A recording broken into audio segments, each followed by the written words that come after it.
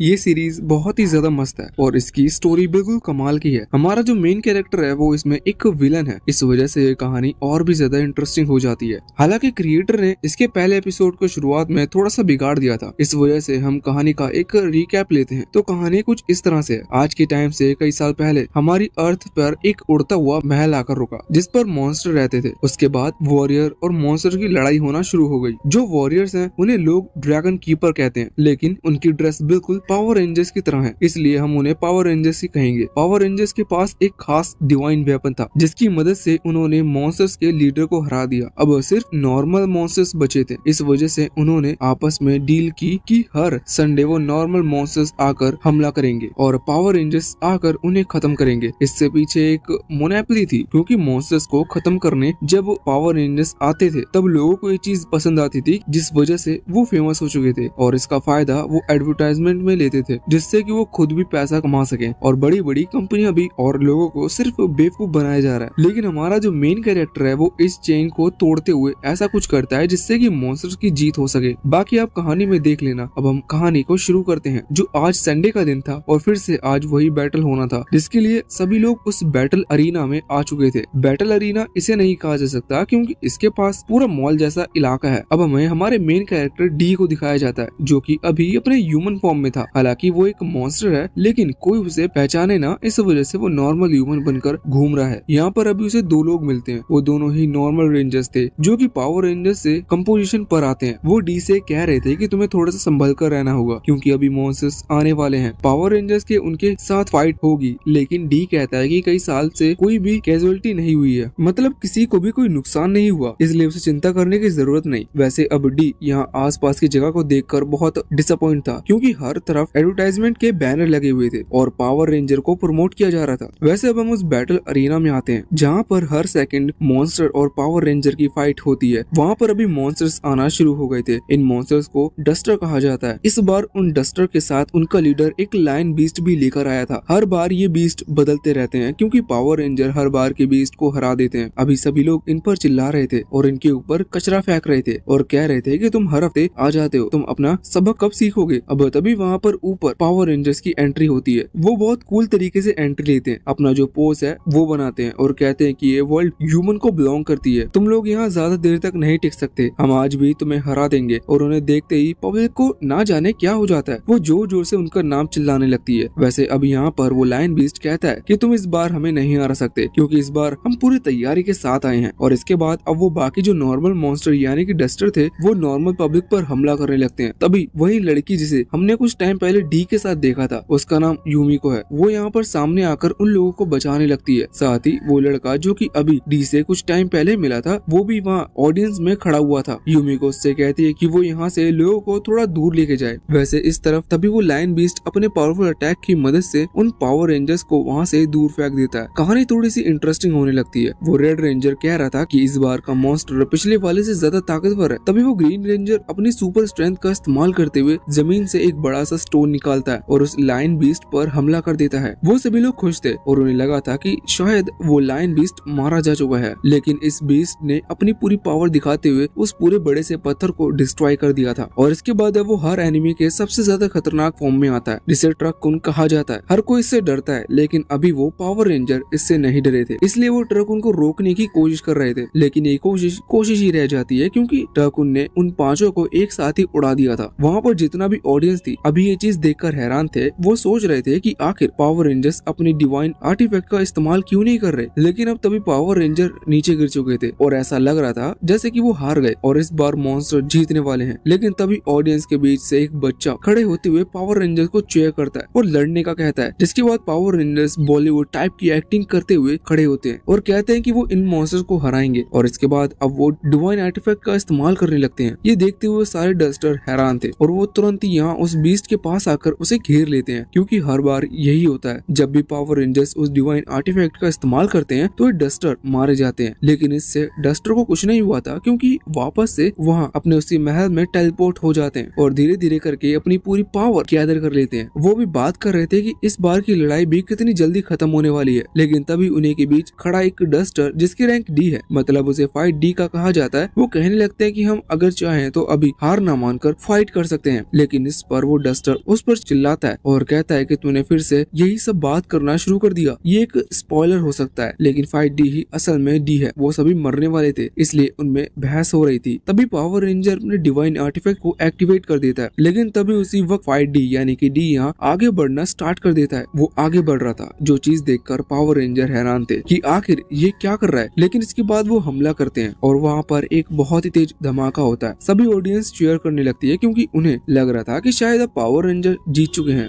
वैसे अब हमें इस फाइट के 1 घंटे पहले का सीन दिखाया जाता है, जहाँ पर हम अभी उसी फोर्ट्रेस यानी कि उसी महल को देखते हैं जहाँ पर वो डस्टर यानी कि मॉन्स्टर रहते हैं। हमें पहले वही बताई जाती है कि कुछ साल पहले यहाँ पर सभी मॉन्स्टर्स अपीयर हुए थे, लेकिन सभी मॉन्स्टर्स के जो बॉस थे उन्हें पावर रेंजर्स ने हरा दिया, जिसके बाद ये डस्टर बचे हुए हैं। लेकिन ये डस्टर इतने पावरफुल नहीं है कि ये पावर रेंजर्स को हरा पाए। इसी वजह से पावर रेंजर इनका यूज करते हैं खुद की इमेज को बनाने के लिए। हर हफ्ते एक बैटल किया जाता है। बैटल के लिए इनको एक मॉन्स्टर की जरूरत पड़ती है और इनमें से एक डस्टर वो मॉन्स्टर में बदल जाता है। वो अभी इस चीज पर डिस्कस कर रहे थे कि इस हफ्ते में किस मॉन्स्टर को लेकर जाएंगे, क्योंकि इन्होंने बाकी 6 दिन तो टाइम पास किया और अब जब 1 घंटा बचा हुआ है तो ये डिसाइड कर रहे हैं कि ये किस तरह का मॉन्स्टर बने। अब इनके बीच में थोड़ी सी बहस हो रही थी, तभी फाइट जे आगे आते हुए कहता है कि उसके पास एक आइडिया है। वो सामने व्हाइट बोर्ड पर एक मॉन्स्टर ड्रॉ करता है जो कि थोड़ा बॉडी बिल्डर टाइप का था। वो कहता है कि हम इसे साथ लेकर जा सकते हैं, लेकिन उसी समय एक दूसरा डस्टर कहता है कि आइडिया अच्छा है, लेकिन इसका कोई फायदा नहीं क्योंकि इस तरह के मॉन्स्टर कोई पसंद नहीं करेगा, तो शुरुआत ही अनएक्साइटेड हो जाएगा, इसलिए हमें इस मॉन्स्टर को लेकर नहीं जा सकते। वैसे इस डस्टर का नाम फाइट ए है, तो अभी यहाँ पर उसकी बात मानते हुए इस प्लान को ड्रॉप कर दिया जाता है, जिस वजह से उनके बीच में फिर से हड़बड़ी मच गई थी। वो सोच रहे थे कि वो किस मॉन्स्टर को लेके जाएं। उसी समय फाइट एल जो कि एक लड़की है वो आगे आती है और एक क्यूट मॉन्स्टर ड्रॉ करते हुए कहती है कि हमें इस तरह का मॉन्स्टर लेके जाना चाहिए क्योंकि ये बहुत क्यूट है। लेकिन इस पर फाइट एक गुस्सा करते हुए कहने लगता है कि हमें किसी क्यूट मॉन्स्टर को वहाँ पर लेकर नहीं जाना, हमें ऐसे डरावने मॉन्स्टर को वहाँ पर लेके जाना है जिससे वहाँ बच्चे जब उसे देखे तो वो डर जाएं। तो इस पर फाइट एल कहने लगता है कि हम फिर किसी एनिमल टाइप के मॉन्स्टर को क्रिएट करना चाहिए। वो लोग सोचते हैं कि उन्होंने भी अभी तक किसी भी लायन टाइप के मॉन्स्टर को क्रिएट नहीं किया है, इस वजह से अभी ये प्लान पक्का हो चुका था। बाकी डस्टर्स भी कह रहे थे कि एक लायन टाइप का बीस्ट से हारना थोड़ा कूल भी लगेगा। इस चीज पर फाइट डी यानी कि डी का गुस्सा आ जाता है और वो चिल्लाते हुए कहता है कि तुम सभी लोग अभी से हारने के बारे में सोच रहे हो। वो सभी को याद दिलाता है कि हम मॉन्स्टर्स हैं, हमारा काम हारना नहीं है बल्कि हमें उन पावर रेंजर्स को हराना है और अपनी इमेज क्रिएट करनी है। लेकिन अभी बाकी डस्टर्स उस पर ध्यान नहीं दे रहे थे। वो तो मस्त रेडियो पर उस ब्रॉडकास्ट को सुन रहे थे जो कि 1 घंटे बाद होने वाली फाइट की अनाउंसमेंट कर रहा था। इस पर फाइट डी को यानी कि डी को और ज्यादा गुस्सा आ जाता है। वो चिल्लाते हुए कहता है कि तुम लोग कैसे हो, हमें जीतना है और हमारे मिशन को पूरा करना है। अब वो सभी डस्टर तो अपने मिशन को भूल गए थे। वो पूछते हैं कि कैसा मिशन, तो इस पर डी कहता है कि भले ही हमारे बॉस हार चुके हैं और अब नहीं है, लेकिन फिर भी अब उनके प्लान को सक्सेस कर सकते हैं। हमें इस वर्ल्ड पर राज करना है, लेकिन इसके लिए सबसे पहले हमें उन पावर रेंजर्स को हराना होगा। डी अभी बहुत बड़ी बड़ी बातें करते हुए कह रहा था कि हमें ऐसा करने के लिए एक प्लान बनाना होगा। बाकी सभी लोग उसकी बात सुन रहे थे, लेकिन फिर वो उसका मजाक उड़ाते हुए जोर जोर से हंसने लगते हैं, जिससे फाइट डी यानी कि डी को बहुत बुरा लगता है। तभी फाइट एफ उसे समझाता है कि अब तुम्हें इस बारे में भूल जाना चाहिए क्योंकि ये लोग अब तुम्हारी बात कभी नहीं सुनने वाले। हम लोग वैसे भी पावर रेंजर से हजारों बार हार चुके हैं, इसलिए अब हमें उन्हें हराने का ख्याल दिमाग से निकाल देना चाहिए। जैसे हम चल रहे हैं हमें वैसे ही चलना चाहिए और उन पावर रेंजर्स की बात मानते हुए हर हफ्ते मॉन्स्टर्स में बदल कर वहाँ उनसे सामने लड़ना चाहिए। इसमें ही हमारा फायदा है। डी कहता है कि अभी हम हजारों बार नहीं हारे हैं, हम सिर्फ 998 बार हारे हैं। लेकिन इस पर फाइट एफ कहता है कि नहीं, उसका कोई फायदा नहीं है क्योंकि अब हमें लोग मॉन्स्टर की तरह नहीं देखते। हमारा प्लान सिर्फ इतना होना चाहिए कि उन लोगों को ये ना पता चले कि हम नॉर्मल मॉन्स्टर नहीं है, हम पावर रेंजर्स के लिए काम कर रहे हैं। वैसे अब जो भी हो, उन्होंने लायन बीस्ट बनाने का फैसला कर लिया था। इसके लिए वो पूछते हैं कि कौन सा डस्टर बीस्ट बनकर जाएगा, तो यहाँ पर फाइट जी आगे आता है और हाँ करता है। इसके बाद वो उस एनसाइक्लोपीडिया में देखते हैं जो कि उन्हें पावर रेंजर्स ने दी थी। उसमें वो देखते हैं कि आखिर एक लायन कैसे बनता है। वो फाइट जी को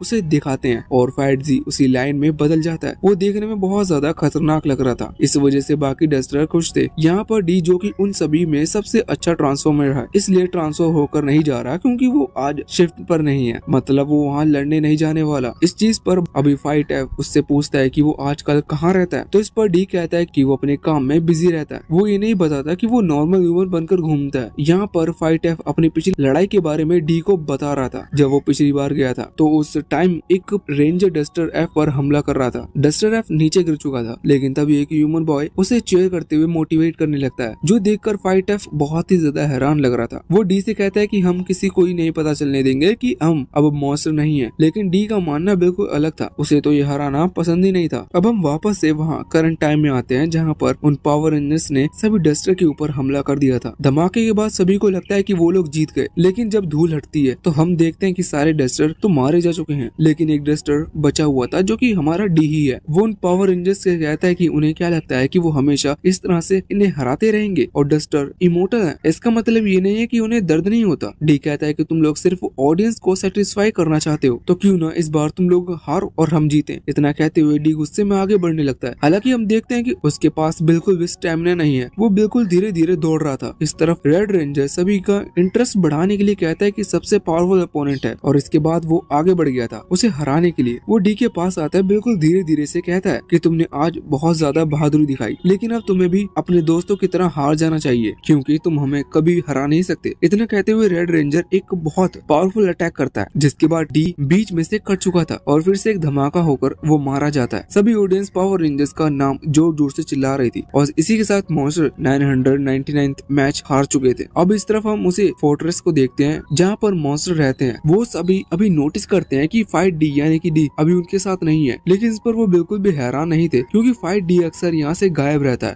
दूसरी तरफ वहाँ पर जब फाइट डी को मारा गया था, तो वो सिटी में ही एक दूसरी जगह पर टेलीपोर्ट हो गया था, क्योंकि उसने अपना एक अलग रास्ता चुन लिया है। वो अब और हारना नहीं चाहता, उसे खुद को ताकतवर बनाना है, जिससे कि वो बता सके कि वो सच में एक मॉन्स्टर है। क्योंकि सभी के हालात देखे जाए तो सारे मॉन्स्टर सिर्फ ह्यूमंस के लिए बन चुके हैं। अभी वो मॉन्स्टर से ह्यूमन में ट्रांसफॉर्म हो रहा था, तभी वहाँ पर यूमिको आती है, लेकिन इतनी देर में डी पूरी तरह से इंसान बन चुका था। यूमिको उससे पूछती है कि वो यहाँ पर क्या कर रहा है, तो इस पर डी कहता है कि वो फाइट का अच्छा व्यू देखना, कि वो फाइट का अच्छा व्यू लेने के लिए इस बिल्डिंग के ऊपर आया था। यूमिको पूछती है फाइट कैसी थी, जिस पर डी कहता है कि फाइट बहुत अच्छी थी, पावर रेंजर्स बहुत ज्यादा ताकतवर हैं, और यहाँ पर डी कहता है कि एक दिन वो भी उनमें से एक बनेगा, क्योंकि अब उसे भी ताकतवर बनना है। यूमिको को लगता है कि शायद वो अभी पावर रेंजर्स को फोर्स को ज्वाइन करना चाहता है। जब वो ये बात डी से कहती है, तो डी कहता है कि हाँ, ये आइडिया बुरा नहीं है। वैसे इसके लिए डी को एक रिक्वायरमेंट एग्जाम देनी होगी, और उस एग्जाम को पास करने के लिए उसकी फिजिकल हेल्थ, स्टेमिना सबसे ज्यादा अच्छा होना चाहिए। लेकिन वो अपना हाथ आगे करते हुए कहता है कि वो पूरी मेहनत करेगा, जिससे कि वो अपने दुश्मनों को खत्म कर सके। और यहाँ पर उसका हाथ अभी सामने एक बिलबोर्ड की तरफ था, जिस पर पावर रेंजर्स बने हुए थे।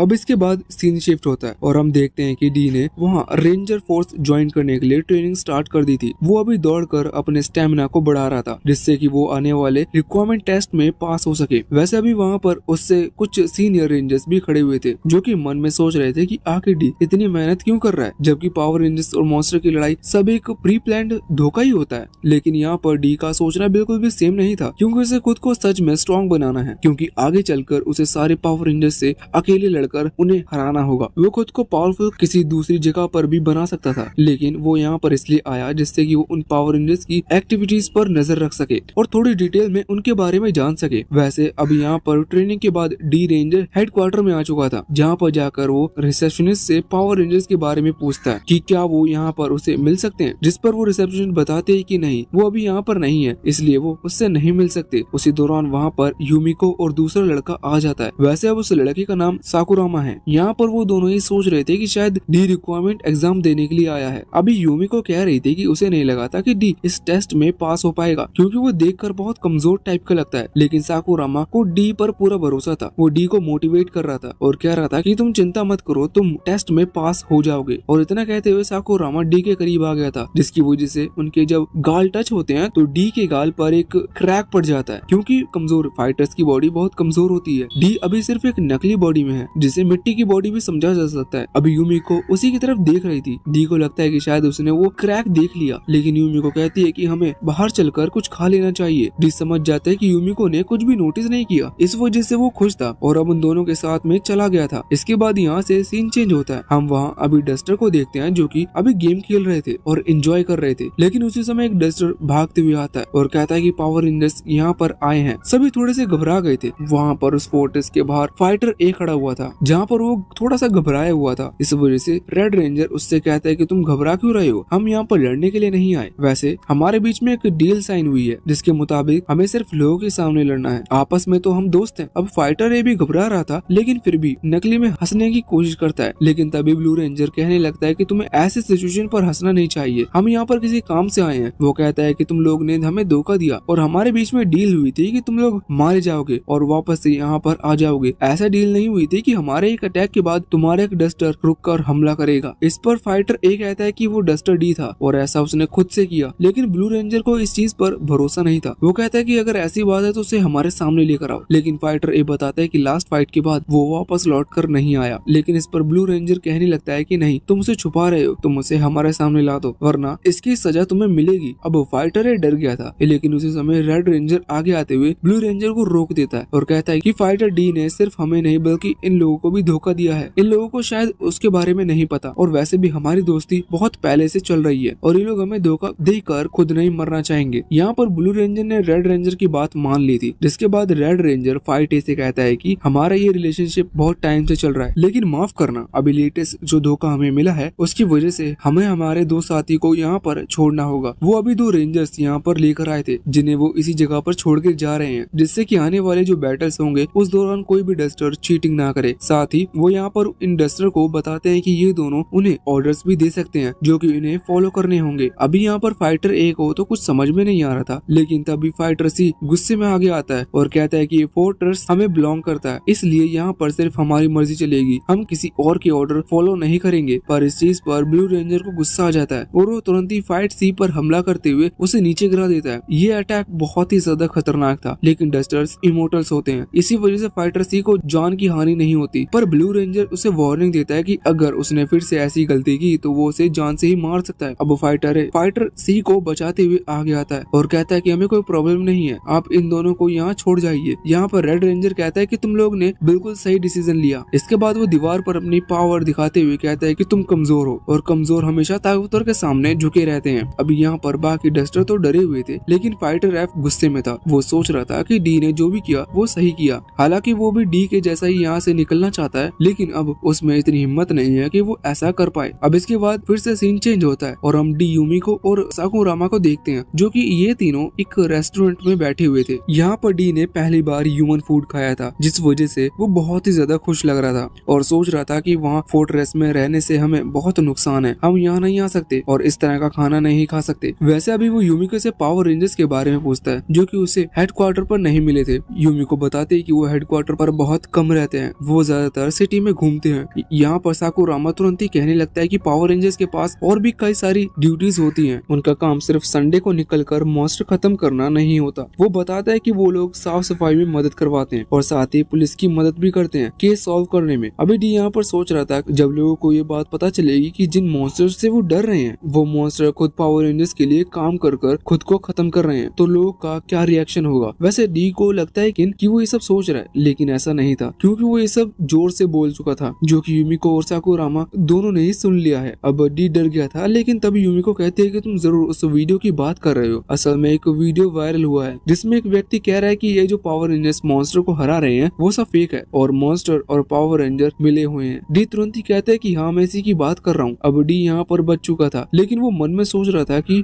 मैं इतना बेवकूफ हूँ जो मैंने इतनी बड़ी गलती कर दी। पर अब इस चीज में वो ये समझ चुका था कि बाकी रेंजर्स को नहीं पता कि पावर रेंजर्स क्या कर रहे हैं। वैसे अब तभी हम देखते हैं कि वहाँ पर एक बच्चा आता है और अपनी मदर के साथ, और वो इन रेंजर्स को देखकर बहुत ज्यादा खुश होता है, जिस वजह से वो इनके साथ फोटो क्लिक करवाना चाहता था। और साथ ही उस रेस्टोरेंट का जो मालिक था वो भी इन्हें फ्री में खाना देता है। ये देखकर डी बहुत हैरान था और सोच रहा था कि पावर रेंजर्स ही नहीं, इन रेंजर्स को भी यहाँ पर बहुत ज्यादा इज्जत है। डी को अभी दुख था वो अपने फाइटर डस्टर साथियों के लिए, क्योंकि उन्हें ऐसा ट्रीटमेंट नहीं मिल रहा था। अब जब यूमिको और साकुरामा और बाकी सभी वहाँ से चले जाते हैं तो डी को एक आइडिया आता है। उसने सुन लिया था साकुरामा रेड ग्रिम्सन में जाने वाला है। ग्रिम्सन वो जगह है जहाँ पर रेड रेंजर्स के जितने भी साथी हैं या फिर जो आगे चलकर रेड रेंजर बनना चाहते हैं वो होंगे। ऐसे बाकी अलग अलग कलर के रेंजर्स के अलग अलग ग्रिम्सन होंगे। तो उसके लिए मैं बात ये थी कि साकुरामा वहाँ से जाने वाला है। वो तुरंत ही उस बच्चे से वो फोटो मांगता है जो कि अभी अभी उन्होंने क्लिक की थी। डी सोच रहा था कि रेड रेंजर ने उससे कहा था कि वो फिर से ऐसी गलती ना करे वरना उसे जान से खत्म कर देगा, लेकिन डी कोल्ड ब्लडेड है और उसे इस सब से कोई फर्क नहीं पड़ता। इस वजह से वो यहाँ पर साकुरामा के फेस को देखते हुए खुद के फेस को साकुरामा में बदल लेता है, जो देखकर वो बच्चा डर गया था और वहाँ से भाग गया था। डी वैसे साकुरामा का फायदा उठा रहा था, जो कि एक तरीके से गलत है, लेकिन वो सोचता है कि उसके लिए गलत और सही कुछ नहीं है। अगले सीन में हम देखते हैं कि यूमिको अभी एक लेटर देने के लिए वहाँ रेड क्रिम्सन में जा रही थी और तभी वहाँ पर साकुरामा आता है जो कि असलियत में डी है। वो यूमिको से कहता है कि क्या वो भी उसके साथ चल सकता है, जिस पर यूमिको हाँ कर देती है। जाते वक्त डी के पास एक छोटा सा बैग था जिसके अंदर से एक वेपन यानी कि चाकू रखा हुआ था। डी यहाँ पर यूमिको से कहते हैं कि क्या वो खुद उस लेटर को रेड रेंजर को दे सकता है, जिस पर यूमिको हाँ कर देती है और उसे वो लेटर दे देती है। ऐसा वो इसलिए कर रहा था जिससे कि उसे मौका मिल सके और वो उस चाकू से रेड रेंजर पर हमला कर सके। अब वो लोग आगे पहुंचते हैं। सामने एक लॉक लगा हुआ था लेकिन यूमिको येलो रेंजर के किसान की मेंबर है, जिस वजह से वो अपने फेस को स्कैन कर उस लॉक को खोल देती है। डी सोच रहा था कि उसके सामने जैसे रेड रेंजर आएगा वो उसे खत्म कर देगा। हालांकि उसे भी थोड़ा सा डर लग रहा क्योंकि रेड रेंजर उसके सामने हमेशा मास्क में रहता है, इस वजह से उसने उसका असली चेहरा नहीं देखा। और अब जब गेट खुलता है तो यहाँ पर वो बहुत सारे रेड रेंजर्स को देखता है जो कि एक जैसे कपड़े पहने हुए थे। इस वजह से उनमें से असली वाले को पहचान पाना डी के लिए लगभग नामुमकिन था। वो यूमिको से पूछने लगता है लेकिन इतने में ही यूमिको आगे बढ़ गई थी। अब तभी यहाँ पर एक रेड रेंजर आगे आता है और कहने लगता है कि तुम लोग यहाँ पर क्या कर रहे हो। डी उससे कहता है कि वो रेड रेंजर से मिलने के लिए आए हैं, जिस पर वो लड़का कहता है कि मैं ही रेड रेंजर हूँ, बताओ तुम्हें क्या कहना है। डी तुरंत ही अपने बैग में हाथ डालते हुए वो चाकू निकाल कर हमला करने वाला था, लेकिन इतने में यूमिको बात बता देती है कि ये रेड रेंजर नहीं बल्कि रेड रेंजर बनना चाहता है, लेकिन अभी इसे बहुत मेहनत करने की जरूरत है। अब यहाँ पर वो लड़का आगे आकर डी से पूछने लगता है कि अगर वो रेड रेंजर होता तो वो क्या करने वाला था और उसने अपने बैग में हाथ क्यों डाला। अब यहाँ डी घबरा गया था, उसे समझ में नहीं आ रहा था कि वो क्या कहे। तभी यूमिको कहते हैं कि वो बस यहाँ पर लेटर देने के लिए आया है और इसके बाद डी वो लेटर निकालता है।